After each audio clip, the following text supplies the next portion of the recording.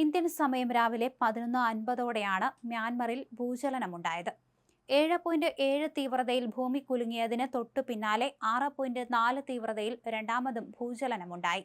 തുടർന്നുണ്ടായ ശക്തമായ പ്രകമ്പനങ്ങൾ തായ്ലാന്റ് തലസ്ഥാനമായ ബാങ്കോക്കിൽ അനുഭവപ്പെടുകയായിരുന്നു. വിയറ്റ്നാം, ചൈന, ഇന്ത്യ അടക്കമുള്ള രാജ്യങ്ങളിലും നേരിയ തോതിൽ പ്രകമ്പനമുണ്ടായിരുന്നു. നൂറുകണക്കിന് ആളുകൾ മരിച്ച മ്യാൻമറിലുണ്ടായ വമ്പൻ ഭൂചലനത്തിൽ ഇന്ത്യക്കാരെല്ലാം സുരക്ഷിതരാണെന്ന് തായ്ലൻഡിലെ ഇന്ത്യൻ എംബസി അറിയിച്ചു. ഇന്ത്യക്കാരെല്ലാവരും സുരക്ഷിതരാണ്.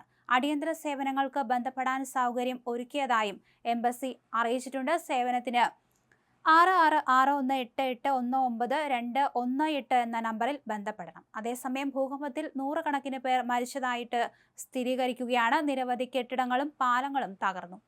മ്യാൻമറിലെ രണ്ടാമത്തെ വലിയ നഗരമായ മാണ്ഡാലെ താറുമാറായി. ദുരന്ത പശ്ചാത്തലത്തിൽ 6 പ്രവിശ്യകളിൽ പട്ടാള ഭരണകൂടം ദുരന്തകാല അടിയന്തരാവസ്ഥ പ്രഖ്യാപിച്ചു.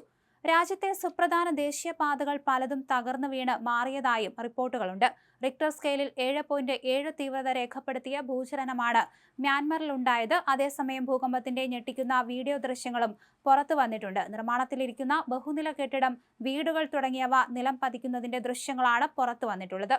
ആളുകൾ നിലവിളിച്ചോടുന്നതും ദൃശ്യങ്ങളിൽ കാണാം. അതേസമയം മ്യാൻമറിലെ ദുരിതബാധിതർക്ക് എല്ലാവിധ സഹായങ്ങൾ നൽകുവാനും ഇന്ത്യ തയ്യാറാണെന്ന് പ്രധാനമന്ത്രി നരേന്ദ്രമോദി എക്സിൽ കുറിച്ചു.